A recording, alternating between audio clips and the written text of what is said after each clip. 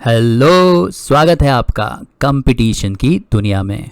आज हम पढ़ने वाले हैं list of prime minister of India को। इसके पहले हमने list of president of India को डिस्कस किया है। अभी हम डिस्कस करेंगे इस लिस्ट को, साथ में हम डिस्कस करेंगे कुछ इंपॉर्टेंट पॉइंट्स को। आपको पता है हमने लास्ट लिस्ट में भी कई सारे इंपॉर्टेंट पॉइंट्स को डिस्कस किया था। मेनली ये वो पॉइंट्स है जो पेपर में पूछे गए हैं, पूछे जाते हैं। अलग अलग एग्ज़ाम में हो सकता है, किसी पब्लिक सर्विस कमीशन के एग्ज़ाम हो, या फिर छोटी एसएससी वाली एग्ज़ाम हो, या फिर किसी लोकल बॉडी का एग्ज़ाम हो। लेकिन ये सारे पॉइंट उन सवालों से बनाए गए हैं जो ऑलरेडी पेपर में आ चुके हैं। तो आगे चलते हैं। ओके, वेट अ मिनट, पहुँच गए। ओके, सबसे पहले तो ये सवाल है कि भारत में या फिर भारत का एक प्रधानमंत्री होना चाहिए, इसका डिसीजन कौन लेता है। तो ये सवाल उसी के जैसा है जो हम प्रेसिडेंट वाले केस में डिस्कस किया था कि भारत का प्रेसिडेंट होना चाहिए, ये डिसीजन कहाँ लिया गया है, किसने लिया है। तो ये हमारे कॉन्स्टिट्यूशन ऑफ इंडिया में, भारत के संविधान में लिखा गया है कि भारत का एक प्रेसिडेंट होना चाहिए। वैसे ही लिखा गया है कि भारत का एक प्रधानमंत्री होना चाहिए। तो यहाँ पे आर्टिकल नंबर 74 आता है, जहाँ पे लिखा गया है council of ministers to aid and advice president. मतलब मिनिस्टर होना चाहिए, काउंसिल ऑफ मिनिस्टर होने चाहिए जो प्रेसिडेंट को एडवाइस करेंगे और उनकी मदद करेंगे। एक और आर्टिकल उसके बाद आता है, आर्टिकल नंबर 75, जहाँ पे लिखा है other provisions as to minister. और यहाँ पे लिखा गया है कि प्रेसिडेंट चुनेंगे, प्रेसिडेंट अपॉइंट करेंगे प्राइम मिनिस्टर को, और फिर प्राइम मिनिस्टर के कहने पर प्रेसिडेंट अपॉइंट करेंगे बाकी मिनिस्टर को। तो इसे हम कुछ इस प्रकार से देख सकते हैं कि सबसे पहले मोदी जी को अपॉइंट करेंगे हमारे राष्ट्रपति रामनाथ कोविंद, और उसके बाद मोदी जी के कहने पर रामनाथ कोविंद अपॉइंट करेंगे बाकी मिनिस्टर जैसे राजनाथ सिंह वगैरह को। अभी सवाल ये है, ये तो हमने बात कर ली कि हमारे कॉन्स्टिट्यूशन ने दिया गया है कि आर्टिकल 75 में कि प्राइम मिनिस्टर होना चाहिए। तो आपको याद रखना पड़ेगा, आर्टिकल 75 में ये लिखा गया है कि प्राइम मिनिस्टर को अपॉइंट करते हैं प्रेसिडेंट ऑफ इंडिया, और उनके एडवाइस पर फिर बाकी मिनिस्टर को भी। तो आर्टिकल के बारे में पूछा जाता है, तो याद रखना अनिवार्य है।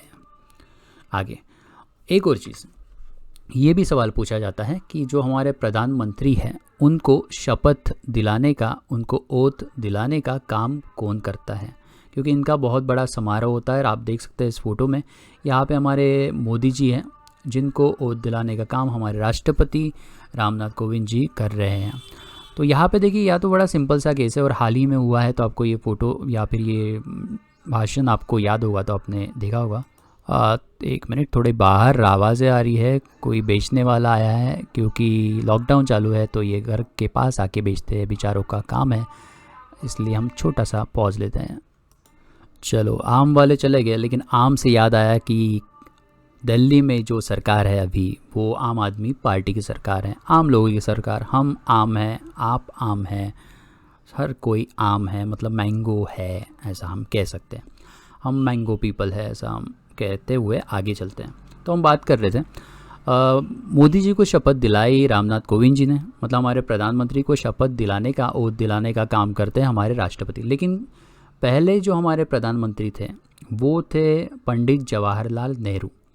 उनका अपॉइंटमेंट हुआ था 1947 में, और 3 साल बाद हमारे देश के पहले राष्ट्रपति बने थे, आप यहाँ पे देख सकते हैं, डॉक्टर राजेंद्र प्रसाद।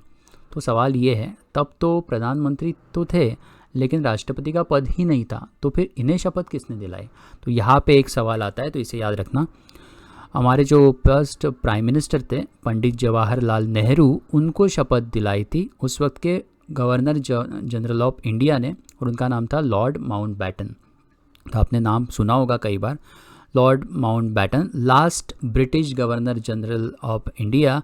उन्होंने हमारे पहले प्रधानमंत्री पंडित जवाहरलाल नेहरू को शपथ दिलाई थी, क्योंकि उस वक्त राष्ट्रपति का पोस्ट ही नहीं था। राष्ट्रपति का ऑफिस क्रिएट हुआ 1950 में संविधान बनने के बाद, इसलिए ये चीज़ को आपको याद रखना पड़ेगा कि पंडित नेहरू को शपथ किसने दिलाई थी। ये कई एग्ज़ाम में पूछा जाता है, बड़ी एग्ज़ाम में पूछा जाता है, छोटे एग्ज़ाम में पूछने के चांसेस कम है। लेकिन हालांकि अभी थोड़ा काफ़ी लोग प्रिपरेशन करते हैं, तो फिल्टर करने के लिए, सेलेक्ट करने के लिए सही लोगों को थोड़े डिफ़िकल्ट सवाल भी आने लगे हैं। तो चलते हैं हमारी एक्चुअल लिस्ट पर। हमने कुछ बेसिक इंपॉर्टेंट चीज़ें डिस्कस कर ली। तो हमारे देश के सबसे पहले प्राइम मिनिस्टर थे पंडित जवाहरलाल नेहरू। कौन नहीं जानता इन्हें, क्योंकि आज से 7 साल पहले तक जब भी पेपर में आता था माय फेवरेट प्राइम मिनिस्टर, तो हर कोई लिखते थे चाचा नेहरू पे ऐसे। लेकिन जब से मोदी सरकार आई है तो ट्रेंड बदल गया है। और आप जानते हैं क्यों बदल गया है, तो क्योंकि मोदी जी हमेशा नेहरू जी के बारे में मीठी बातें नहीं कर पाते, और इसलिए हालांकि इन्होंने, मोदी जी कहते हैं कि नेहरू जी ने कुछ नहीं किया, हम देखेंगे नेहरू जी ने कुछ किया है कि नहीं किया है। याद रखिएगा, देश के पहले प्राइम मिनिस्टर थे। जो पहला होता है वो गलतियां करता है, और दूसरा जो आता है उसे पता होती है कि गलती कहाँ कहाँ पे होती है। इसलिए पहला प्राइम मिनिस्टर होना, किसी भी पोस्ट को पहली बार संभालना सबसे ज़्यादा मुश्किल है। उसके लिए सबसे ज़्यादा हिम्मत की भी ज़रूरत पड़ती है, क्योंकि आपको पता होता है कि आपके हाथ से गलतियाँ होगी और लोग आप पर उंगली उठाएंगे। तो आगे चलते हैं। तो हमारे देश के सबसे पहले प्रधानमंत्री थे माननीय पंडित जवाहरलाल नेहरू जी। इनकी कुछ खास बातें डिस्कस करते हैं, फिर आगे चलते हैं। ये कांग्रेस के प्रेसिडेंट थे 1929 में। कांग्रेस जो है उनकी सभा होती थी, आपने सुना होगा, अगर हिस्ट्री पढ़ेंगे तो आपको पता चल जाएगा। ये 3 बार इलेक्शन में पार्टिसिपेट करके जीत चुके थे, 3 बार ये देश के प्रधानमंत्री बन चुके थे। बाद में नॉन कोऑपरेशन मूवमेंट जो था, असहकार कहते हैं मूवमेंट, उस वक्त ये यूनाइटेड प्रोविंस मतलब उत्तर प्रदेश से पार्टिसिपेट किया था इन्होंने। ये कुछ चीज़ें इनके बारे में जो हमें थोड़ा हिस्ट्री का भी थोड़ा नॉलेज होना चाहिए, तो ये कुछ चीज़ें याद रखिएगा। 1929 में कांग्रेस के प्रेसिडेंट बने थे। बाद में ये कंसेक्यूटिव 3 बार इलेक्शन जीत चुके हैं। देखिए इनका लॉन्गेस्ट सर्विंग प्रेसिडेंट है। इनका ईयर देखिए कितने साल के इन्होंने काम किया एज अ प्राइम मिनिस्टर, 16 साल और 286 days, 16 years and 286 days. Longest period, longest serving president prime minister of India है। काफ़ी ज़्यादा समय तक, सबसे ज़्यादा समय तक मैं कहूँगा, सबसे ज़्यादा समय तक ये देश के प्रधानमंत्री रह चुके हैं। और एक चीज़ है, लास्ट सेंटेंस आप पढ़ लीजिएगा, मुझे इंपॉर्टेंट नहीं लगता लेकिन मैं लिखा है वहाँ पे। एक और चीज़, कुछ कहानी जैसा मैं थोड़ा बताता हूँ यहाँ पे, कि गांधी जी ने एक बार कहा था, लोग ऐसी बात करते थे कि गांधी जी और नेहरू जी में कुछ खास पट नहीं रहा है। तब गांधी जी ने कहा था कि हमारे बीच में मतभेद ज़रूर होंगे लेकिन हमारे बीच में दुश्मनी नहीं है, ऐसा मैं सीधे सीधे लैंग्वेज में बोलूँगा। और मैंने ऑलरेडी क्लियर कर दिया है कि मेरे बाद मेरी जगह लेंगे नेहरू जी, ना कि राजा जी। तो ये एक सेंटेंस कभी कभी पेपर में आ जाता है कि ऐसा किसके बारे में कहा था, यहाँ पे राजा जी क्यों कौन है, तो राजा जी का मतलब है चक्रवर्ती राजगोपालाचारी। ये भी इम्पोर्टेंट नाम है हमारे लिए, क्यों? क्योंकि जैसे हमने डिस्कस किया माउंट बैटन, ये हमारे देश के last British governor general of India थे, तो इन्होंने नेहरू जी को शपथ दिलाई। लॉर्ड माउंट बैटन के बाद 1947 के बाद तो लॉर्ड माउंट बैटन नहीं थे, फिर 3 साल की गैप आती है 1947 से लेकर 1950 के बीच। तो इन 3 सालों में राष्ट्रपति जैसा या फिर गवर्नर जनरल जैसा पद होना चाहिए। तो गवर्नर जनरल जो भारत के थे इन 3 सालों में थे वो थे चक्रवर्ती राजगोपालाचारी, सी राजगोपालाचारी भी इनको कहा जाता है। तो ये भी पेपर में सवाल आता है, last governor general of India कौन थे, तो चक्रवर्ती राजगोपालाचारी। इन्हीं के बारे में गांधी जी ने स्टेटमेंट दिया था। इन्होंने कहा था कि मेरे बाद मेरा सक्सेसर होगा, मेरी जगह लेंगे नेहरू जी, ना कि राजा जी। आगे चलते, इसके पीछे कारण आगे भी एक चीज़ है। तो फिर देखिए ये प्रेसिडेंट की पोस्ट पे होने के एक दावेदार बनने के लिए एक दावेदार थे, लेकिन ये बने नहीं। आगे डिस्कस करते हैं। इसके पीछे कारण ये था कि इन्होंने क्विट इंडिया मूवमेंट में पार्टिसिपेट नहीं किया था। जो कि क्विट इंडिया मूवमेंट था, इन्होंने उसमें पार्टिसिपेट नहीं किया, इसलिए ये राष्ट्रपति के इलेक्शन में खड़े नहीं हो पाए, और इसलिए पहले राष्ट्रपति बनते हैं डॉक्टर राजेंद्र प्रसाद। तो अगर ये क्विट इंडिया मूवमेंट में पार्टिसिपेट करते थे, अंग्रेज़ों भारत छोड़ो वाले आंदोलन में, अंग्रेज़ों भारत छोड़ो वाले आंदोलन में, तो शायद हमारे देश के पहले प्रेसिडेंट राष्ट्रपति होते थे सी राजगोपालाचारी। तो ये एक इन्फॉर्मेशन है, आप इसको याद रखते हैं। ये इन्फॉर्मेशन से आप पेपर में आने वाले सवालों को याद रख सकते थे। सी राजा जी मतलब सी राजगोपालाचारी, और ये last governor general of India थे। आगे चलते हैं। आगे चलने से पहले जब भी आप चीज़ों को पढ़ते हैं या पढ़ेंगे तो एक चीज़ आप दिमाग में रखिएगा, ये जो भी लोग हमारे सामने आते हैं ये सब लोग इंसान ही हैं, और इंसान जैसा ही ये बर्ताव करेंगे। भले ही हमारे इतिहास में एक सुपर हीरो की तरह इन्हें दिखाया जाता है, हीरो ये थे, इसमें कोई दो राय नहीं है, ये सब लोग हीरो थे क्योंकि इनकी वजह से आज़ादी मिली, लेकिन फिर भी ये एक इंसान है, ना कि सुपर हीरो। है ना। तो इनके बर्ताव का अगर समझ पाएंगे तो हिस्ट्री को और ये जो भी जनरल नॉलेज चीज़ें आती हैं उसको आसानी से आप याद रख पाएंगे। आगे चलते हैं। तो भारत आज़ाद होता है और नेहरू जी एक बहुत ही इम्पोर्टेंट स्पीच देते हैं, जो कि पेपर में भी इस स्पीच के बारे में पूछा जाता है।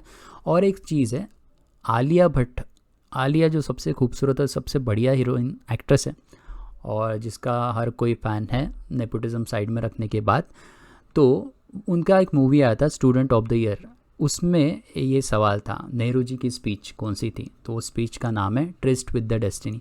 ये पेपर में भी पूछा जाता है, नेहरू जी ने जो स्पीच दिया था भारत के आज़ादी पर, जो भाषण दिया था उसका नाम क्या था, वो नाम था ट्रिस्ट विद द डेस्टिनी। यहाँ पे कभी कभी ये येलो, इसमें मैंने ऐसे पॉइंट आउट किया, ये जो सेंटेंस है ये भी लिख के आता, बोला जाता है कि ये किसने कहा था।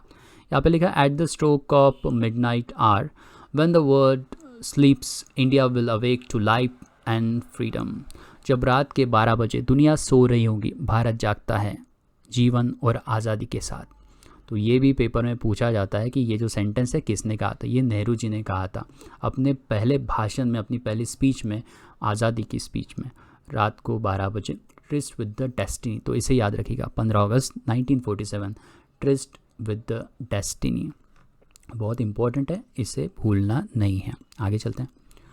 नेहरू जी ने क्या काम किए, सच बोलूँ तो बहुत काम किए उन्होंने। 16 साल इतना काम किया, वो फिर हार्ट अटैक से मारे गए, मर गए, ऐसा कुछ कह सकते हैं, या फिर शहीद हो गए, ऐसा ही कहेंगे। इतना काम करने के बाद कोई जाता है तो शहीद ही कहना चाहिए।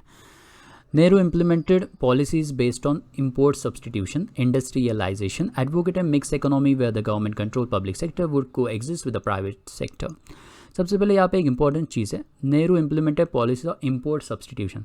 यहाँ पे देखिए, ये इम्पोर्ट सब्सटीट्यूशन एक वर्ड है। इम्पोर्ट सब्सटीट्यूशन मतलब, इम्पोर्ट मतलब हम बाहर देश से कुछ मंगाते हैं तो हम उसे कहते हैं इम्पोर्ट कर रहे हैं, और सब्सटीट्यूशन मतलब नेहरू ने इस तरह से कार्य किया कि हम आगे से भारत में लगने वाली चीज़ें भारत में ही बनाएंगे, ना कि हम विदेश से उसे इंपोर्ट करेंगे। आयात जिसे कहते हैं, हम उसे इंपोर्ट नहीं करेंगे। हमको कार चाहिए, घर में बनाएंगे। हमको कुदल चाहिए, घर पे बनाएंगे। हमको फावड़ा चाहिए, घर पे बनाएंगे। हमको ब्लेड चाहिए, घर पे, सुई चाहिए, घर पे बनाएंगे, ना कि हम इसे इंपोर्ट करेंगे।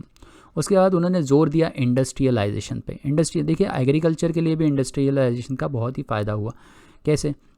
तो नेहरू जी ने फैक्ट्री लगाई या फिर बनाई, ऐसा कह सकते हैं गवर्नमेंट ने उस वक्त की, Sindri fertiliser plant at Jharkhand. तो ये सिंदरी फर्टिलाइज़र प्लांट है, तो ये यहाँ पे फर्टिलाइज़र बनेगा, तो यहाँ से फिर खेती के लिए फर्टिलाइज़र मिलेगा और यहाँ से हमारा यील्ड बनेगा, ज़्यादा जगह, कम जगह में ज़्यादा अनाज पैदा हो पाएगा।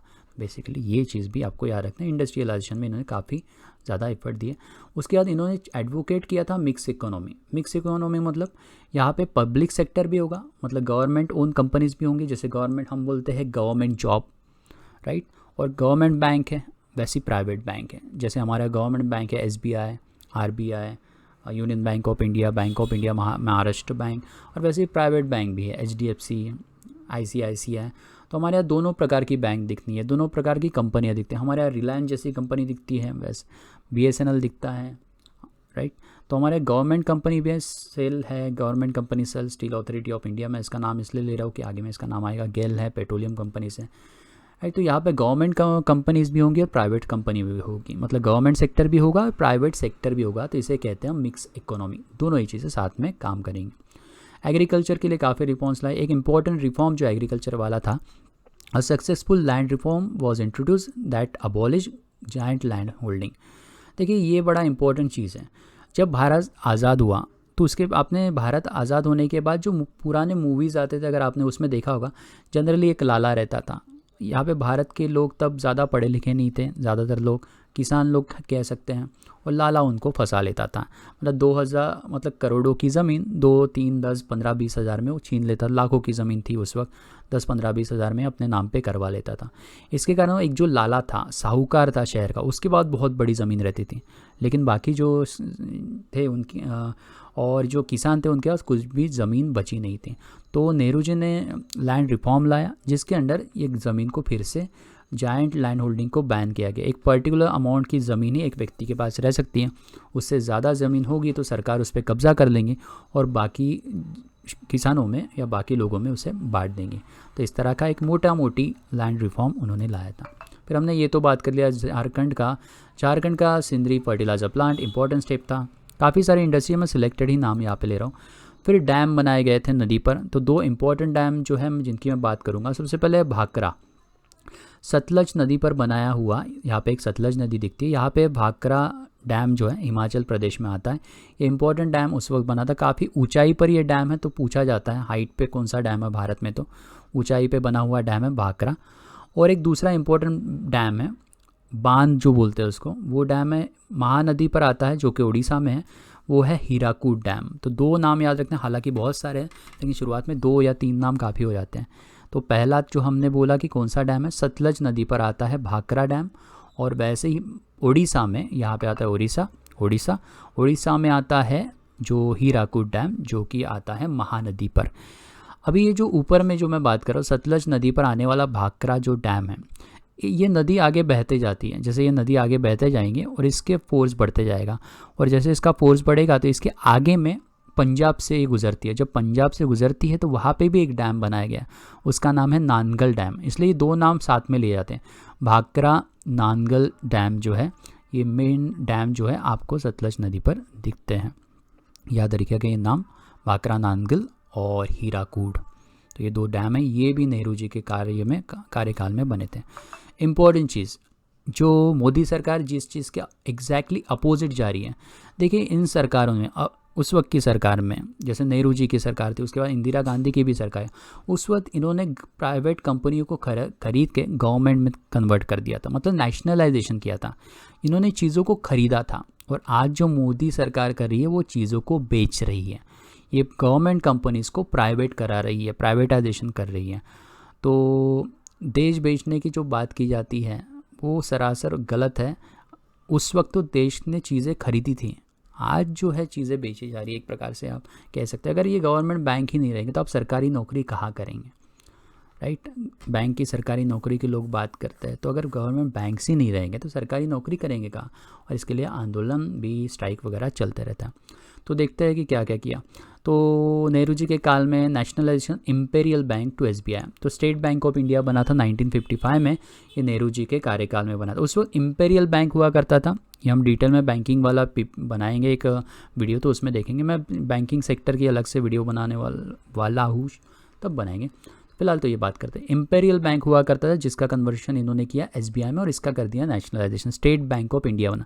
स्टेट का मतलब है देश, यहाँ पे स्टेट बैंक का मतलब, स्टेट मतलब देश का बैंक, राइट? तो ये जो है स्टेट बैंक ऑफ इंडिया बना था 1955 में, साल भी आपको याद रखना पड़ता है। और ये नेहरू जी के कार्यकाल में हुआ है, इन्होंने नेशनलाइज किया, खरीदा है, ना कि बेचा है। उसके बाद एक और इम्पोर्टेंट बैंक बनी थी आईसीआईसीआई बैंक, तो आईसीआईसीआई बैंक भी जो बनी थी 1955 में। आईसीआईसीआई आज प्राइवेट बैंक है, लेकिन उस वक्त ये गवर्नमेंट बैंक था, और इसमें पार्टिसिपेशन था वर्ल्ड बैंक का, पब्लिक सेक्टर बैंक का, और पब्लिक सेक्टर इंश्योरेंस कंपनी जैसे एलआईसी का। तो इस तरह से ये बैंक जो है, मतलब पब्लिक सेक्टर इंश्योरेंस कंपनी उस वक्त के थे जैसे एलआईसी, लेकिन एलआईसी नहीं, तो उस वक्त की पब्लिक सेक्टर इंश्योरेंस कंपनीज का इसमें पार्टिसिपेशन था, और ये भी गवर्नमेंट बैंक था, और ये भी बना था नेहरू जी के कार्यकाल में। उसके बाद जो एलआईसी हम कहते हैं, life insurance corporation of India, ये भी नेहरू जी के कार्यकाल में बना है 1956 में, और आगे जाके अभी मोदी सरकार इसका भी शायद कि डिसइन्वेस्टमेंट करने के चक्कर में, मतलब बेचने के चक्कर में है इसके कुछ शेयर। देखते हैं, आगे चलते हैं। तो याद रखिएगा, आप देखिए आप कितना, मतलब ये तो मैं 1% भी नहीं बता सकता क्योंकि पीपीटी शॉर्ट रखना ज़रूरी है हमको वीडियो, इसलिए। लेकिन ये सब चीज़ें जो हैं, ये इंपॉर्टेंट चीज़ें जो पेपर में पूछी जाती हैं, जिसे मैंने यहाँ पे इंक्लूड किया। आपको यहाँ पे जो पॉइंट दिख रहे हैं, इसको ये ईयर के साथ आपको याद रखना पड़ेगा। ये एसबीआई का, SBI act, nationalisation of imperial bank to SBI, ये 1955, ये याद रखना पड़ेगा। एलआईसी, फॉर्मेशन ऑफ एलआईसी 1956 याद रखना पड़ेगा। एकदम सीक्वेंस आपको अगर याद रहेगा, नेहरू जी के कार्यकाल में है तो आपको ईयर लगभग याद ही आ जाएगा। कॉन्स्टिट्यूशन बनने के 50 साल बाद और 6 साल बाद। आगे चलते हैं, इंपॉर्टेंट है। नेक्स्ट, तो ऐसा नहीं कि नेहरू जी के टाइम पे सब पॉजिटिव चीज़ें ही हुई, है ना? तो जिसका पॉजिटिव साइड आप डिस्कस कर रहे हो, बोल रहे हो, तो उस वक्त नेगेटिव बातों को भी डिस्कस करना चाहिए। नेहरू जी के कार्यकाल में एक जो बुरी घटना थी, नेहरू जी कहते थे चाइना के साथ हमारे देश के अच्छे संबंध थे, हम कहते थे हिंदी चीनी भाई भाई, तो इंडियन और चाइनीज़ दोनों भाई भाई हैं। लेकिन उस वक्त 1962 में उन्हें धोखा मिला और 1962 में साइनो इंडिया वॉर हुआ, मतलब चाइना इंडिया वॉर हुआ, भारत और चाइना के बीच में युद्ध हो गया। और इसके पीछे कारण था, ये है हमारा भारत और यहाँ पे आता है चाइना, और यहाँ पे ये जो बॉर्डर है आपको दिख सकते है, ये तिब्बत वाला हिस्सा। ये तिब्बत वाले हिस्से को लेके आपको पता होगा, तिब्बत के दलाई लामा, पता नहीं होगा तो याद रखिएगा, आप कभी सर्च कर दीजिएगा इसको, या फिर आने वाले कभी वीडियो में हम डिटेल में डिस्कस करेंगे। तो ये तिब्बत जो है, इस एरिया को लेके, अस्काई चीन जिसे कहा जाता था, इस एरिया को लेके चाइना और भारत के बीच में युद्ध हो गया था। और 1962 का वॉर इस तिब्बत वाले ज़मीन के हिस्से को लेके हुआ था, इसे आप याद रख सकते हैं। हालांकि बाद में चाइना ने अपनी सेना वापस ले ली थी, लेकिन जो भी है, आगे चलते हैं। तो ये था नेहरू जी के कार्यकाल के बारे में कुछ जानकारी। आगे चलते हुए नेक्स्ट की तरफ पढ़ते हैं।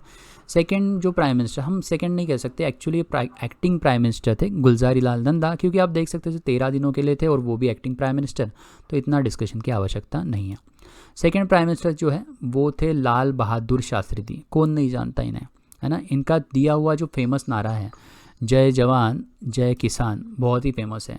एक नारा किसने दिया था, तो इसे याद रखिएगा, जय जवान जय किसान नारा जो है लाल बहादुर शास्त्री जी ने दिया था। वो दिया था रामलीला मैदान, और शहर, ये रामलीला मैदान कहाँ है ये पता होना चाहिए, दिल्ली में है। तो दिल्ली में आता है रामलीला मैदान, वहाँ से इन्होंने नारा दिया था जय जवान जय किसान। जय जवान इसलिए क्योंकि वहाँ पे युद्ध के एटमॉस्फेयर था, पाकिस्तान के साथ युद्ध हो गया था, तो जो सेना थी वो सरहद पर खून बहा रही थी। और दूसरा किसान इसलिए कि उस वक्त खाने, क्योंकि जब भी युद्ध होता है तो खाने पीने में बहुत प्रॉब्लम होता है, मतलब जो रिसोर्सेज कम बढ़ने लगते हैं, तो किसानों को मोटिवेट करने के लिए, क्योंकि किसान जो अपना काम कर रहे हैं, अनाज पैदा करना, देश के पेट भरना, और लोक संख्या जो है हमारे बढ़ती जा रही थी, पॉपुलेशन आज़ादी के बाद बहुत फास्ट बढ़ा, तो इसके लिए उन्होंने नारा दिया था कि खाना प्रोवाइडर, खाना देने वाले हमारे फार्मर्स के लिए जय जवान और जय किसान। तो यहाँ पे एक जो लाल बहादुर शास्त्री के टाइम में जो वॉर हुआ था पाकिस्तान के साथ, वो जम्मू कश्मीर को लेके हुआ था, और पाकिस्तान ने उनका एक ऑपरेशन किया था, ऑपरेशन था ऑपरेशन गिब्रताल। तो ये गिब्रताल ऑपरेशन को ले के अगेंस्ट हमने उनके पाकिस्तान के साथ फिर युद्ध किया था। आगे चलते हैं। लाल बहादुर शास्त्री की डेथ जो है बहुत ही कॉन्ट्रोवर्शियल है ना, क्योंकि ये पाकिस्तान और भारत का जो युद्ध था, उसको युद्ध विराम लगाने के लिए, उसको एंड करने के लिए ताशकेंत उज़्बेकिस्तान में एक ट्रीटी साइन हुई, और उस ट्रीटी साइन होने के बाद ही दूसरे ही दिन ही इनकी डेथ हो गई थी। और ये ताशकेंत कहाँ पे आता है, उज़्बेकिस्तान में, ये हमारा भारत, यहाँ पे आप देखेंगे तजाकिस्तान, और यहाँ पे आता है उज़्बेकिस्तान। ये उज़्बेकिस्तान में एक जगह है ताशकेंत, वहाँ पे ये सिग्नेचर हुआ था, 1 day after signing a peace treaty to end the 1965 India Pakistan war. तो 1965 से चालू भारत पाकिस्तान के बीच में का युद्ध ख़त्म करने के लिए ट्रीटी हुई, और उसके बाद इनकी वहीं पे डेथ हो गई उज़्बेकिस्तान में। तो इसको लेकर एक मूवी भी बना है, ताशकेंत फाइल, आप चाहे तो जाके देख सकते हैं, अच्छा मूवी है। कंट्रोवर्सी क्या थी, कैसी थी, आप उसको वहाँ पे देख पाएंगे। फिर से एक बार एक्टिंग प्रेसिडेंट, क्योंकि लाल बहादुर शास्त्री की उज़्बेकिस्तान में डेथ हो जाती है, तो फिर हमको तुरंत में चुनना पड़ता है एक प्रधानमंत्री, जो फिर से एक बार बनते हैं गुलजारी लाल नंदा। यहाँ पे भी जो नेहरू जी की अचानक डेथ हो गई थी कार्यकाल समाप्त होने से पहले, इसलिए हमने चुना था गुलजारी लाल नंदा, तब एक्टिंग प्राइम मिनिस्टर बने थे। ओके, आगे चलते हैं। फिर तीसरे प्राइम मिनिस्टर, भारत के तीसरी प्राइम मिनिस्टर बनी थी इंदिरा गांधी जी, और ये पहली महिला प्राइम मिनिस्टर थी। ये तो ऑब्वियस है क्योंकि पहले जो भी प्राइम मिनिस्टर थे वो मेल थे, तो ये तीसरी प्राइम मिनिस्टर थी और पहली महिला प्राइम मिनिस्टर थी। देखिए, हमने जैसे नेहरू जी के बारे में डिस्कस किया कि इन्होंने बैंकों का नेशनलाइजेशन किया, SBI बनाई, उनकी बेटी, मतलब नेहरू जी की बेटी इंदिरा गांधी, इन्होंने भी बैंकों का नेशनलाइजेशन, इन्होंने 14 टॉप बैंक्स को नेशनलाइज कर दिया था 1969 को, और मैंने ये तारीख भी आपको बताई थी, 19 जुलाई 1969 को 14 बैंक्स का इन्होंने नेशनलाइजेशन किया था, मतलब सरकारी बना दिया था उन प्राइवेट बैंकों को। बहुत इंपॉर्टेंट स्टेप था। यहाँ पे देख सकते हैं आप गांधी जी के साथ जो ये जो लड़की दिख रही है छोटी, ये है इंदिरा गांधी जी। उसके बाद इम्पोर्टेंट एक जो संस्था है, एक इंडस्ट्री है या फिर एक कंपनी है जिसका निर्माण इनके कार्यकाल में हो, तो वो था स्टील अथॉरिटी ऑफ इंडिया। मैंने इसका भी नाम लिया था कि क्यों इसका नाम लिया, क्योंकि मैं चाहता हूँ कि साथ में चलते चलते आपके लिंकेज बनते जाए, नई चीज़ें बने। स्टील अथॉरिटी ऑफ इंडिया एक महारत्न कंपनी। अभी महारत्न, नवरत्न और मिनी रत्न क्या होता है हम आगे के आने वाले कभी वीडियोज़ में पढ़ेंगे। फिलहाल एक याद रखना, स्टील अथॉरिटी ऑफ इंडिया एक महारत्न कंपनी है। इसका भी निर्माण जो है इंदिरा गांधी के कार्यकाल में हुआ था, और ये largest steel manufacture of India है। भारत में सबसे ज़्यादा स्टील बनाने वाली कंपनी है SAIL, steel authority of India. इसके अंदर 5 इंटीग्रेटेड स्टील प्लांट आते हैं जो कि भिलाई में, रूरकेला, दुर्गापुर, बोकारो और बनपुर में आते हैं। ये जगहों के नाम अगर आपको पहले रीडिंग में याद रहना इम्पॉसिबल है, जहाँ तक मुझे लगता है। आप पूरे नाम नहीं, लेकिन एक याद तो याद रख ही सकते हैं, क्योंकि इंदिरा गांधी दुर्गा का अवतार कहा था अटल बिहारी वाजपेयी ने इनको, तो क्योंकि ये दुर्गा का अवतार है, तो एक दुर्गापुर में आप बोल सकते हैं स्टील अथॉरिटी ऑफ इंडिया की इनके द्वारा लगाए हुए कंपनी की एक प्लांट है। बाकी भी आप धीरे धीरे याद कर लीजिएगा। स्टील अथॉरिटी ऑफ इंडिया आज वर्ल्ड में नंबर 20 पे है, लेकिन भारत में नंबर 1 पे है। आगे चलते थोड़ी एक चीज़ इस पर नज़र डालते हैं। 1901 में हर 10 साल बाद हमारा सेंसस होता है, मतलब पॉपुलेशन काउंट की जाती है। तो आप देख सकते हैं 1901 में 238 मिलियन, 1911 252 मिलियन, 1921 251 मिलियन, 1931 यहाँ पे देखिए पॉपुलेशन कम हो गई थी, और 1931 में एकदम से पॉपुलेशन 20 मिलियन से जंप कर गई, और फिर आप देखिए आंकड़ा बढ़ते ही जा रहा है। 2011 में 121 करोड़, उसके पहले 102 करोड़, 84 करोड़, 64 करोड़, 68 करोड़, 54 करोड़। मतलब पॉपुलेशन देखिए किस तरह से बढ़ती जा रही है, और पॉपुलेशन जिस तरह से बढ़ती है उस तरह से देश की ज़मीन जो है वो नहीं बढ़ती। हमारे देश में लोगों की संख्या बढ़ेंगे, लेकिन क्या भारत देश साइज़ में अपने आप बड़ा हो जाएगा? क्या पृथ्वी का साइज़ अपने आप बढ़ के इतना बड़ा हो जाए कि बाकी लोग रह सकेंगे? नहीं, इसलिए हम बिल्डिंग के ऊपर बिल्डिंग बांधते हैं, फ्लैट सिस्टम आने लगता है। पॉपुलेशन बढ़ने के साथ खाने की भी प्रॉब्लम होने लगते हैं, रोज़गार की भी प्रॉब्लम होने लगती है, राइट। तो इसी के कारण इन्होंने, इंदिरा गांधी ने फोर्स स्टरिलाइजेशन प्रोग्राम चलाया था। क्योंकि आप देखिए आपके दादाजी को अगर आपने देखा होगा, आपके दादाजी, मेरे दादाजी ने 30 शादियाँ की, 100 बच्चे पैदा किए। वो ट्रक चलाते थे, हर गाँव जाते थे, हर एक जगह पे एक बीवी बच रहती थी। मजाक कर रहा हूँ, ठीक है, लेकिन आपने देखा होगा, मजाक है, सीरियसली नहीं। मेरे दादाजी की एक ही शादी हुई थी, लेकिन फिर भी मेरे डैड को 5 भाई थे, मतलब है। तो इस प्रकार से आपके भी दादा होंगे तो उनकी 20-25 शादियाँ होगी, 100-200 बच्चे होंगे, राइट। तो इतने बच्चे क्यों पैदा करते थे यार, ये है ना। तो इसके कारण बहुत पॉपुलेशन बढ़ गई। ये पॉपुलेशन इतनी फास्ट बढ़ने के कारण यही है, हम 2 और हमारे 100, और इसके कारण भारत की पॉपुलेशन देखिए इतनी ज़बरदस्त पॉपुलेशन हमने बना ली, है ना। और उस वक्त टीवी भी नहीं था, तो क्या करेंगे, बच्चे ही पैदा करना, और कोई काम तो है नहीं। तो इस प्रकार से फिर किया गया था। तो इंदिरा गांधी जी ने उस वक्त फोर्स स्टरिलाइजेशन प्रोग्राम किया था। इसको बहुत क्रिटिसाइज़ किया, क्योंकि ये फोर्स था, स्टरिलाइजेशन कर लो ताकि बच्चे पैदा ना करो, अपना कार्य कर सकते हैं आप, लेकिन बच्चे पैदा नहीं हो गए। तो यहाँ पे देखिए क्या केस था, ऐसा व्यक्ति जिसके 2 या 2 से ज़्यादा बच्चे हैं उन्हें स्टरिलाइज कर दिया जाता है। वो भी ज़बरदस्त करना ही पड़ेगा आपको स्टरिलाइजेशन, नहीं तो क्या होगा कि आप लोक संख्या बढ़ाते रहेंगे। तो इसलिए उसको क्रिटिसाइज़ भी किया गया था। आगे जाके इंदिरा गांधी ने एक ज़बरदस्त नारा दिया था, वो था गरीबी हटाओ। इस नारे के भरोसे 1971 इलेक्शन में वो जीते थे। ये नारा इसलिए दिया था कि अपोजिशन ने उनके अगेंस्ट नारा लगाया था। नारा ये था इंदिरा हटाओ, तो अपोजिशन ने उन पे नारा लगाया इंदिरा हटाओ, तो इंदिरा गांधी ने नारा दिया गरीबी हटाओ।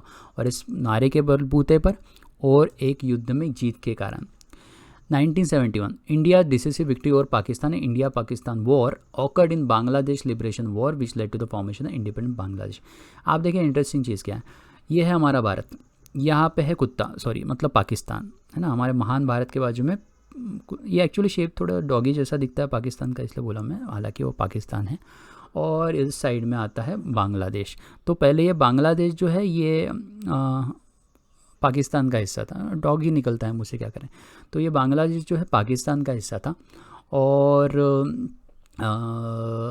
ये देखिए कितना इंटरेस्टिंग है ना, यहाँ पे है पाकिस्तान, इसका दूसरा पार्ट यहाँ पे, मतलब अपना, और एक देश क्रॉस करके आपको अपने देश में जाना पड़ेगा, है ना। इतना अजीब ही था सारा खेल।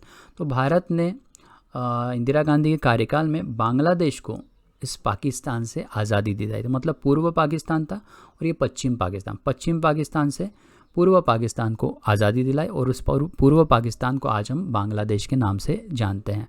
और यहाँ पे देख सकते हैं ये जो है पाकिस्तान के जनरल साइन कर रहे हैं, और ये हमारे जनरल। तो यहाँ पे आप देख सकते हैं पाकिस्तान के लेफ्टिनेंट जनरल जो है साइन कर रहे हैं, और ये हमारे हैं उनको कह रहे हैं चल चुप कर साइन मार, है ना। तो जल्दी से साइन मार, न लाया होगा। तो यहाँ पे इनको साइन मारने के बेचारे चालू है इनका साइन करने का कि हम सबमिट करते हैं कि ये। तो देखो आप, तो आगे चलते हैं। एक मज़ेदार फ़ोटो देखने के बाद आप बॉडी लैंग्वेज देखिए, आप समझ जाएंगे। आगे चलते हैं। देखिए यहाँ पे एक इंटरेस्टिंग चीज़ है, इंदिरा गांधी को जब प्राइम मिनिस्टर पहली बार बनाया गया था तो वो एक पपेट की तरह थी, ऐसा लोग समझते, गुनी गुड़िया कहते, मतलब कांग्रेस पार्टी जो बोलेंगी वो इंदिरा गांधी करेंगी। लेकिन 1977 में उनको ही लेके कांग्रेस पार्टी के प्रेसिडेंट का एक वाक्य आता है कि इंदिरा गांधी इतनी पावरफुल हो गई है, तो आज इंदिरा गांधी बन गई है, India is Indira and Indira is India, इस तरह का उनके बारे में स्टेटमेंट आता है। एक और इम्पोर्टेंट चीज़, इंदिरा गांधी के कार्यकाल में फर्स्ट न्यूक्लियर टेस्ट हुआ था 1970, उसे हम पोखरण 1 के नाम से भी जानते हैं। तो पोखरण में एक न्यूक्लियर टेस्ट कराया था 1974 में, और उसका नाम था smiling Buddha.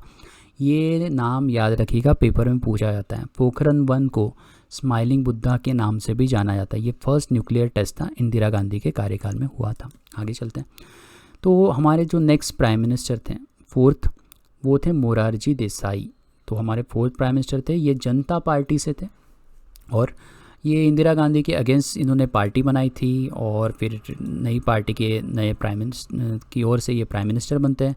First non Congress prime minister of India. तो ये सवाल में पूछा जाता है कि first non Congress prime minister of India कौन थे, तो वो थे मोरारजी देसाई। ये नाम को आपको याद रखना है। एक और चीज़ है इनके बारे में, ये ओल्डेस्ट प्राइम मिनिस्टर, जब ये प्राइम मिनिस्टर बने तो इनका एज था 81 ईयर्स। तो इनका एज था 80, हालांकि ये फ़ोटो जवान है, यहाँ पे देखिए ओल्ड वाला फ़ोटो है, क्योंकि हर कोई, कभी मैंने फ़ोटो इसलिए रखा है जवानी वाला कि आपको पता रहे कि हर कोई बूढ़ा होने से पहले जवान ही था। तो ये सबसे ओल्डेस्ट प्राइम मिनिस्टर थे, 1980, मतलब उनका एज 81 ईयर्स था, और first non Congress prime minister. इसके पहले जो भी प्राइम मिनिस्टर बने थे वो सारे ही कांग्रेस से थे। फिर नेहरू जी, लाल बहादुर शास्त्री और इंदिरा गांधी तीनों ही कांग्रेस से थे, लेकिन ये नॉन कांग्रेस प्राइम मिनिस्टर थे। एक इम्पॉर्टेंट चीज़ यहाँ पे है, भारत का सबसे बड़ा अवार्ड होता है भारत रत्न। हमने प्रेसिडेंट ऑफ इंडिया वाले केस में देखा था कि भारत रत्न कैसे दिखता है, कैसा अवार्ड है। या फिर एक मिनट, ये है भारत रत्न अवार्ड। ये हमारे भारत का सबसे बड़ा सिविलियन ऑनर है, सबसे बड़ा अगर आपको सम्मान कोई भारत में मिल सकता है तो वो भारत रत्न है। वैसे ही पाकिस्तान का होता है निशान पाकिस्तान। तो ये मोरारजी देसाई जो थे, इन्होंने भारत और पाकिस्तान के पहले ऑलरेडी युद्ध चल रहा था इतने समय से, तो शांति के लिए काफ़ी ज़्यादा इन्होंने काम किया कि दोनों देश जो है शांतिपूर्ण तरीके से रह पाए।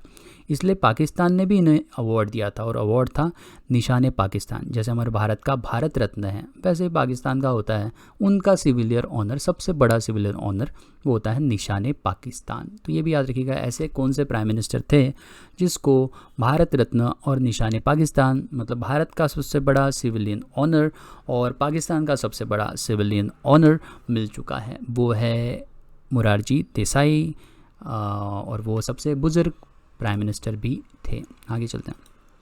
एक सेंटेंस इनके बारे में आपको कहीं मिलेगा नहीं, लिखा है कि होमोसेक्सुअलिटी को लेके ओपनली इन्होंने सपोर्ट भी किया था। तो I came across this point, so I took it here and put it to make it interesting. आगे चलते हैं। ओके, यहाँ पे एक चीज़ है, आप पढ़ लीजिएगा, इतना ही खास इंपॉर्टेंट नहीं है। यहाँ पे लिखा गया कि उन्होंने क्यों कांग्रेस छोड़ दी थी, क्योंकि फिर ये जनता पार्टी बनाई थी। आगे चलते हैं। Jayaprakash Narayan, fight against corruption, total revolution. इसके, ये एक रिवॉल्यूशन था, इसके बारे में आपको पता चाहिए। टोटल रिवॉल्यूशन या संपूर्ण क्रांति, इंदिरा गांधी के अगेंस्ट उस वक्त ये रिवॉल्यूशन हुआ था। इसके कारण ही जो मोरारजी देसाई जो है प्राइम मिनिस्टर बन पाए थे। वो रिवॉल्यूशन या फिर संपूर्ण क्रांति हुई थी, जिस प्रकार से 2014 में मोदी सरकार आने से पहले अन्ना हजारे और केजरीवाल, इन लोगों ने मिलकर बहुत बड़ी क्या कहेंगे, क्रांति बोल सकते हैं आप, या बहुत बड़ा कैंपेन रचा था। वैसा ही बड़ा, उससे भी बहुत बड़ा कैंपेन था जयप्रकाश नारायण द्वारा, to fight against corruption. Indira Gandhi के कार्यकाल में करप्शन बहुत ज़्यादा था उस वक्त, और उसके अगेंस्ट फाइट करने के लिए संपूर्ण क्रांति नाम का, टोटल रिवॉल्यूशन नाम का इन्होंने कैंपेन चलाया था। और इसी कैंपेन का फ़ायदा मिला था जनता पार्टी को, और जनता पार्टी की ओर से ही मोरारजी देसाई जो थे, यहाँ पे देखिए जनता पार्टी प्रधानमंत्री बन पाए थे, पहले नॉन कांग्रेस प्रधानमंत्री बन पाए गए। तो जयप्रकाश नारायण नाम बहुत इम्पोर्टेंट है, इसको याद रखिएगा। इनके जो क्रांति थी उसका नाम तो याद था, नाम था टोटल रिवॉल्यूशन या संपूर्ण क्रांति। ओके, आगे एक और चीज़, हाँ एक और चीज़ जो इम्पोर्टेंट है इनको लेके, यहाँ पे देखिए सरदार पटेल जी जो हैं उस वक्त उन्होंने मोरारजी देसाई को भेजा था कायरा डिस्ट्रिक्ट में, और वहाँ पे कोऑपरेटिव अमूल कोऑपरेटिव मूवमेंट की वजह से अमूल का निर्माण हुआ था, और ये निर्माण हुआ था 1956 में। तो इसके लिए मोरारजी देसाई का भी काफ़ी से बड़ा हाथ है कह सकते हैं। यहाँ पे आपको एक व्यक्ति दिखते हैं, ये जो व्यक्ति है इनका नाम है डॉक्टर वर्गीस कुरियन। ये बहुत इंपॉर्टेंट है, इम्पॉर्टेंट इसलिए कि भारत जो है दूध प्रोड्यूस करने में दुनिया में नंबर 1 है। हम नंबर 1 है मिल्क के प्रोडक्शन में, और इसके पीछे काम किया है इन 3 लोगों में। सभी नाम लूँगा तो मुश्किल हो जाएगा, लेकिन एक नाम आपको याद रखना है, डॉक्टर वर्गीस कुरियन। तो वर्गीस कुरियन जो है चेयरमैन ऑफ अमूल जो है, ये फादर ऑफ वाइट रिवॉल्यूशन इन्हें कहा जाता है। तो वाइट रिवॉल्यूशन मतलब किससे रिलेटेड था, तो दूध से रिलेटेड था, कि भारत में दूध का प्रोडक्शन बहुत बढ़ा दिया था, बहुत बढ़ गया था। आज भारत जो है दुनिया का नंबर 1 मिल्क प्रोड्यूसर है। उस वक्त यूनाइटेड स्टेट नंबर 1 पर था, लेकिन उसको भी हमने इस वाइट रिवॉल्यूशन में क्रॉस कर दिया था। जैसे वाइट रिवॉल्यूशन था वैसे ही ग्रीन रिवॉल्यूशन भी था, और ग्रीन रिवॉल्यूशन भी 1966 में आया था, और ग्रीन रिवॉल्यूशन अभी भी हम कह सकते हैं। तो ग्रीन रिवॉल्यूशन के फादर थे Norman Borlaug and MS Swaminathan. ये जो आप फोटो देख पा रहे हैं ये है MS स्वामीनाथन का। इनकी वजह से भारत में ग्रीन रिवॉल्यूशन आया। मतलब हमने डिस्कस किया था कि अनाज कम था, गरीबी हटाओ का नारा आया था, ये सब चीज़ें चल रही थी। भारत में खाने के प्रॉब्लम थे क्योंकि पॉपुलेशन बढ़ रहा था, लेकिन खाना नहीं, अनाज इतना पैदा नहीं हो पा रहा था, इसलिए ग्रीन रिवॉल्यूशन आया। और ग्रीन रिवॉल्यूशन कैसे आया, तो high yielding variety of seeds मंगाई गई थी बाहर देशों से, फिलीपींस से मंगाई गई थी। तो ये high yielding variety of seeds क्या है, ये जो है सीड्स यहाँ पे डालते। तो ये सीड की खासियत ये है, ये पहले तो ये बीमार नहीं पड़ते, इस पर कीड़े आसानी से हमला नहीं कर पाते, और कम जगह में ज़्यादा अनाज इसकी वजह से पैदा होता है। ये जो बीज है ज़्यादा अनाज पैदा करते हैं, और बेकार कंडीशन को भी झेल जाते हैं, कम पानी होगा ऐसी कंडीशन को भी ये झेल जाते थे। इसके अलावा हम फर्टिलाइज़र्स और पेस्टिसाइड का यूज़ हुआ। इसके अलावा नए ट्रैक्टर या इरिगेशन फैसिलिटीज़ को हमने यहाँ पे यूज़ किया। मतलब न्यू टेक्नोलॉजी और high yielding variety of seeds की मदद से ग्रीन रिवॉल्यूशन भारत में आया। और उसके फादर थे भारत में जो थे मेन थे MS स्वामीनाथन। आप जो फोटो देख पा रहे हैं ये है MS स्वामीनाथन का, ये भी आपको याद रखना है। आगे चलते हैं। नेक्स्ट जो भारत के प्राइम मिनिस्टर बने वो थे चौधरी चरण सिंह। ये नेक्स्ट प्राइम मिनिस्टर थे। आप इनका कार्यकाल 170 दिन का है, इतनी खास बातें करने लायक नहीं है इनके बारे में, लेकिन एक इम्पॉर्टेंट चीज़ जो इनके बारे में, ये किसान प्रेसिडेंट कहा जाता है। मतलब किसानों के प्राइम मिनिस्टर है, ऐसा इनके बारे में कहा जाता है। और इनके नाम से इन्होंने क्या मेन काम एक किया था कि जो मेजर लैंड होल्डिंग एक्ट था, इनमें इनका बड़ा काम था कि ज़मीन जो है, ज़्यादा ज़मीनें उस वक्त साहूकार के पास हुआ करती थी, तो साहूकार के पास ज़मीन निकाल के बाकी लोगों में बांटने का इनका बहुत बड़ा उसमें काम क्या कहेंगे हाथ था, ऐसा कह सकते हैं। इनका जो बर्थडे है वो हम किसान दिवस के नाम से मनाते हैं, 23 दिसंबर इनका जो बर्थडे आता है चौधरी चरण सिंह का, वो किसान दिवस के नाम से मनाया जाता है। इनके मेमोरियल में किसान घाट का भी स्थापना हुआ है, तो आप बोल सकते हैं जहाँ पे इन्हें रखा गया है वहाँ पे किसान घाट नाम है।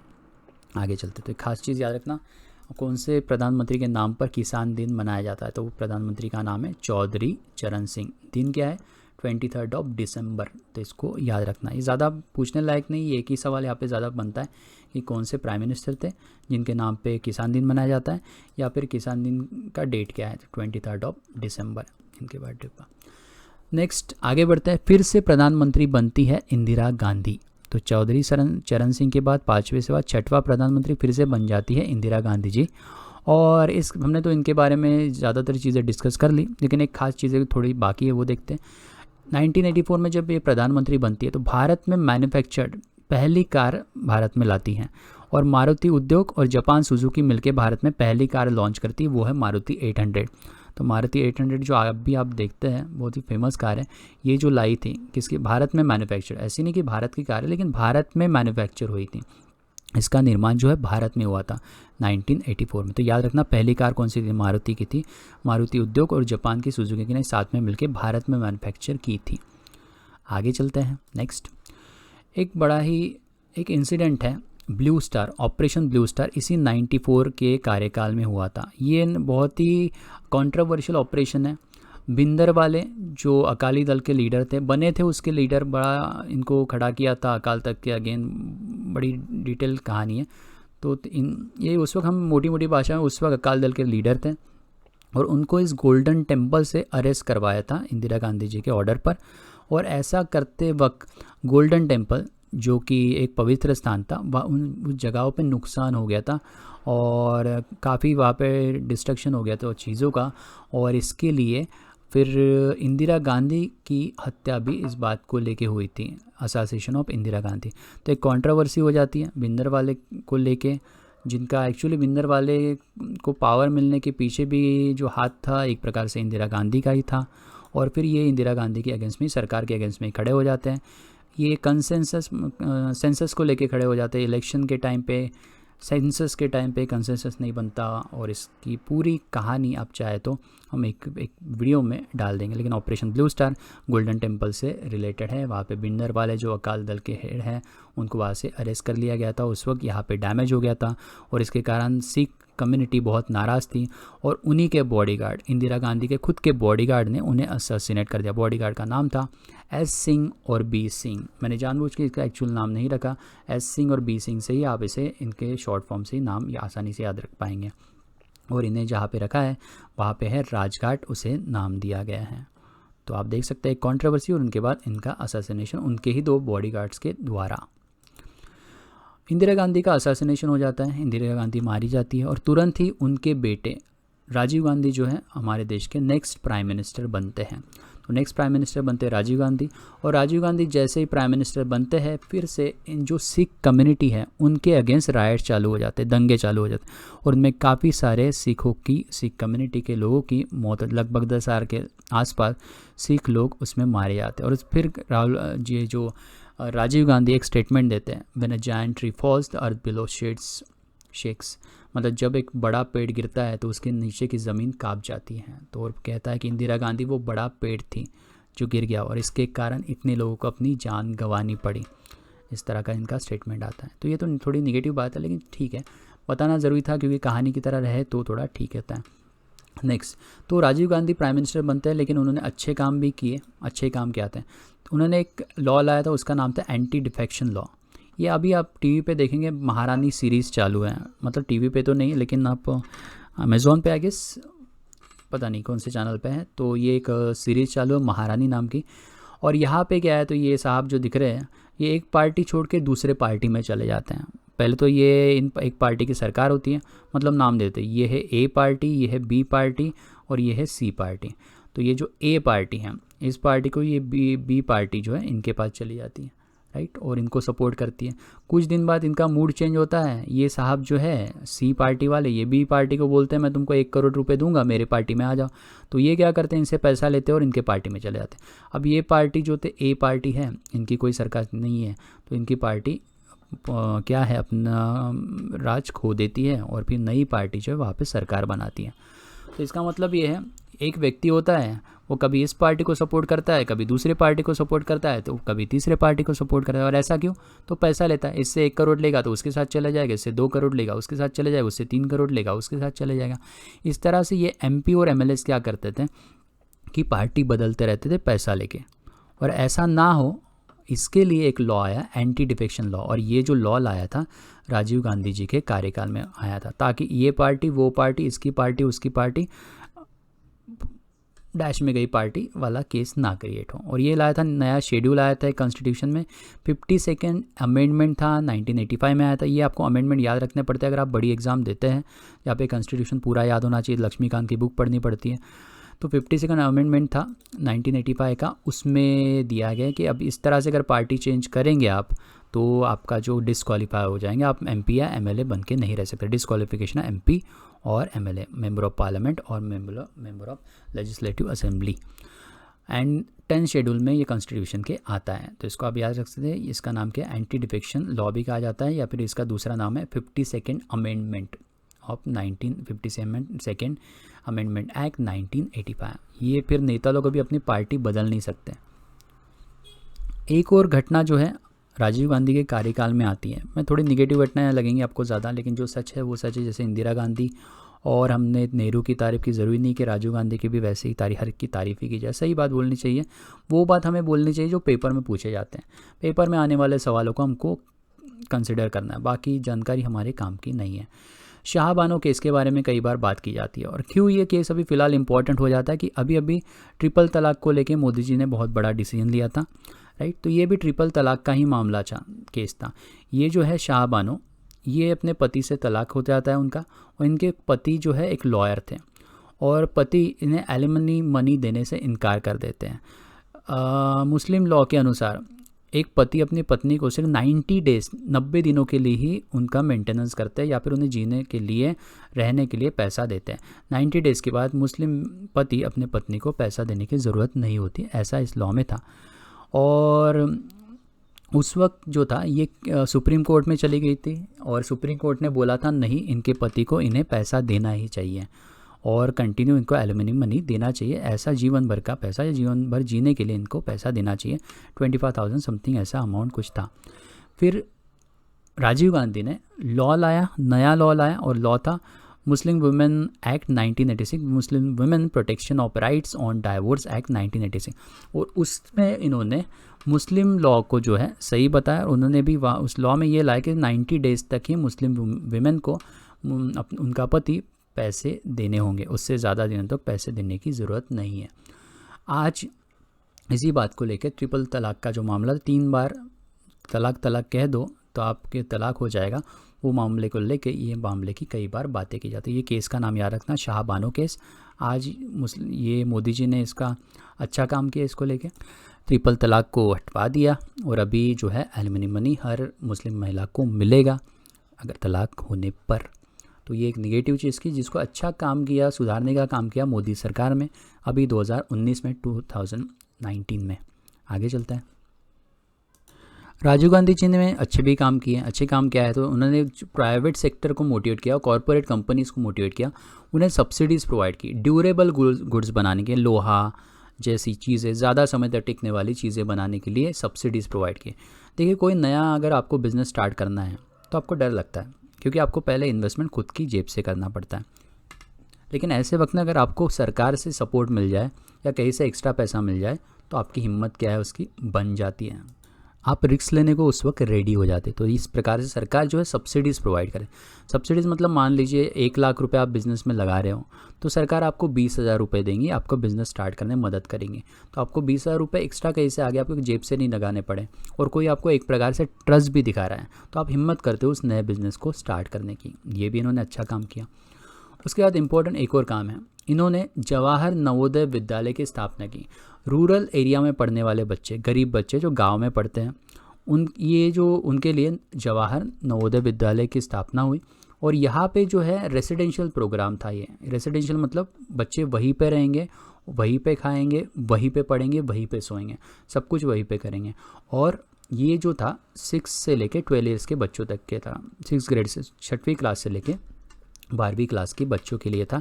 तो ये अच्छा काम जो स्टार्ट हुआ था, ये राजीव गांधी के कार्यकाल में हुआ था, जवाहर नवोदय विद्यालय वाला। आज हर कोई जानता है।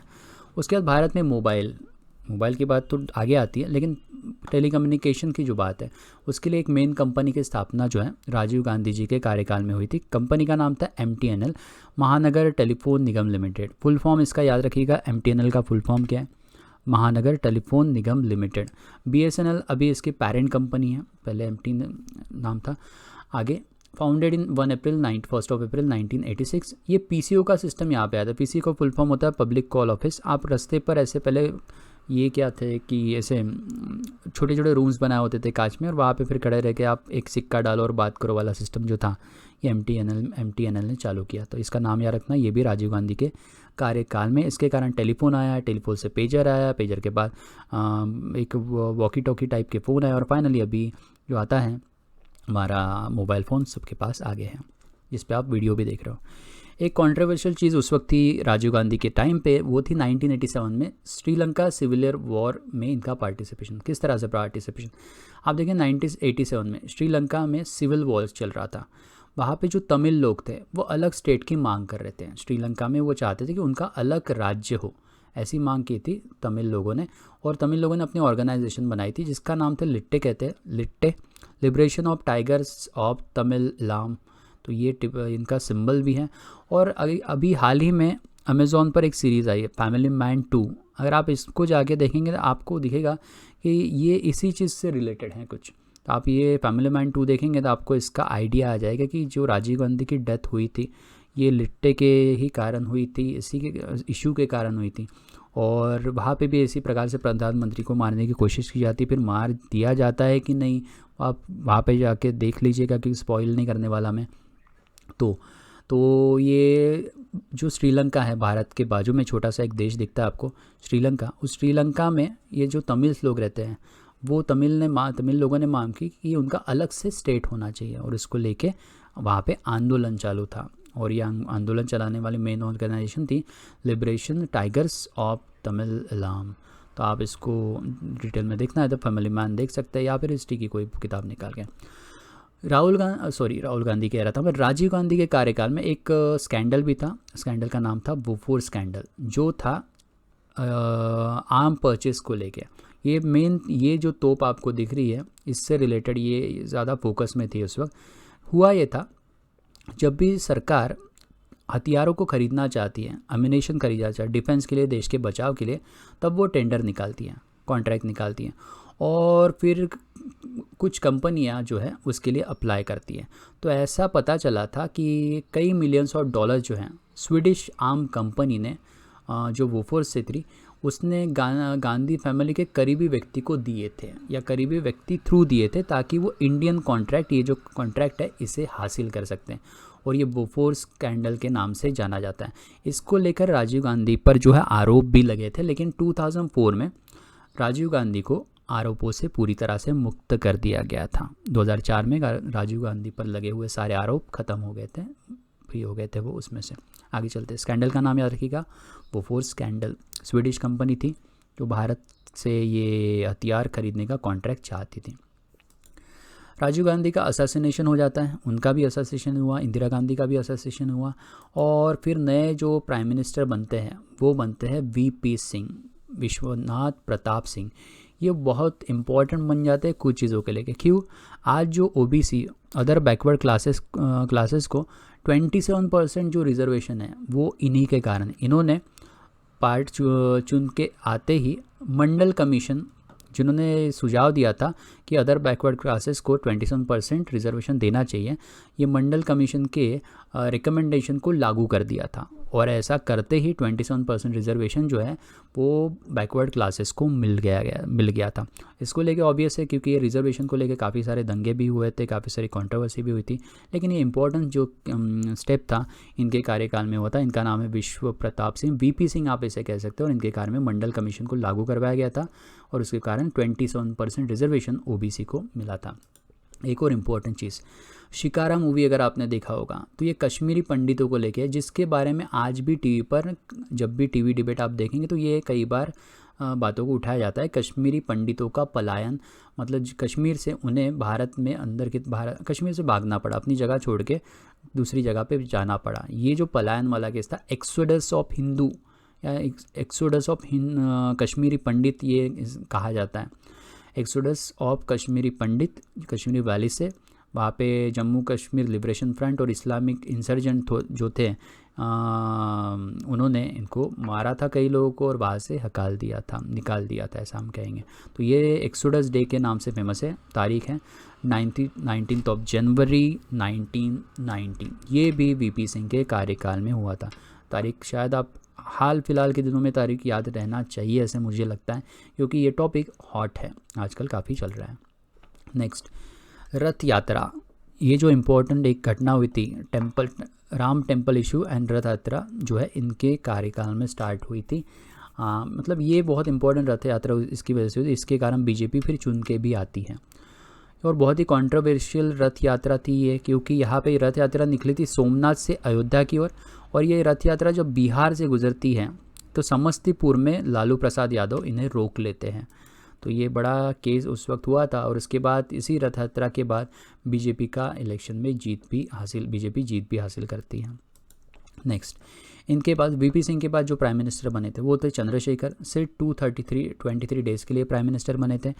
ये जो कार्यकाल में थे तो भारत का इकोनॉमी बहुत ही डाउनग्रेड हो चुकी थी। मूडी जो रेटिंग एजेंसी है भारत को, उन्होंने निगेटिव रेटिंग देना या डाउनग्रेड करना रेटिंग को स्टार्ट कर दिया था और इकोनॉमिक क्राइसिस की शुरुआत हो गई थी। समय आ गया था 1991। आप देखें 1991 में भारत में हालत ख़राब थे, इकोनॉमिक क्राइसिस आए थे और उसके बाद नरसिंह राव की सरकार आती है और फिर भारत जो है इकोनॉमिक क्राइसिस से उभरता है, न्यू इकोनॉमिक पॉलिसी आती है।